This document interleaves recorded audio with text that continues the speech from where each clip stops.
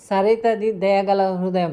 ఎవరైనా కష్టంలో ఉన్నారంటే సహాయం చేయడంలో ముందు ఉంటుంది. వాళ్ళ ఇంటిలో వాళ్ళకు అది అంతగా నచ్చదు. ముందు ఇంట్లో పనులు చేసుకోమంటుంటారు. అత్త, మామ, ఆమె భర్త, పిల్లలు ఇలా ఉన్న ఇంటిలో పని ఎక్కువగానే ఉంటుంది. అప్పట్లో పిండి రుబ్బాలంటే రోళ్లలో రుబ్బుకునేవారు. చట్నీ అంతే. అలాగే ఇంటి పని, బట్టలు ఉతికే పని, వంట పని ఇలా అన్ని పనులు సరితనే చేయాలి. పొద్దున్నే మొదలు అయితే రాత్రి పడుకునే వరకు అన్ని పనులు చేసి అలసిపోయేది. అయితే ఎవరైనా బీదవారు అడుక్కోవడానికి వస్తే ఏదో ఒకటి పెట్టి పంపించేది. అలా సరిత పిల్లలకు, ముసలివారికి, చేతగాని వారికి సహాయం చేయడం నేర్పింది.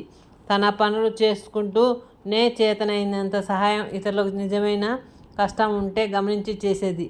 అదంతా గమనిస్తున్న పిల్లలు అడిగేవారు, అమ్మా, వాళ్ళు నిజంగా కష్టంలో ఉన్నారని ఎలా గమనించాలి, ఎలా మనకు తెలుస్తుంది అని.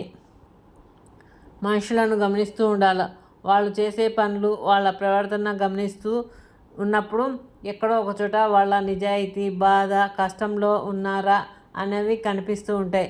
అలాంటివి గమనించినప్పుడు అలాంటి వారికి మనం సహాయంగా ఉండాలి. తిండి దొరకని వారు కూడా చాలామంది ఉంటారు. వారికి అందరికీ సహాయం చేయలేకపోయినా మనకు చేతనైనంత వరకు ఒకరికి ఇద్దరికి సహాయం చేయగలం కదా అంటూ పిల్లలకు చెప్తూ తన పనులలో తాను నిమగ్నమయ్యింది.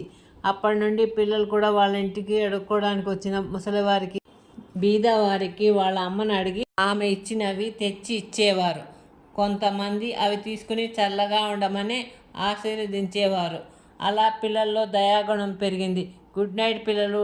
నా కథలు నచ్చినట్లయితే లైక్ చేయండి, షేర్ చేయండి, సబ్స్క్రైబ్ చేయండి, గంట సింబల్ నొక్కండి. నా కథలు నోటిఫికేషన్గా వస్తాయి.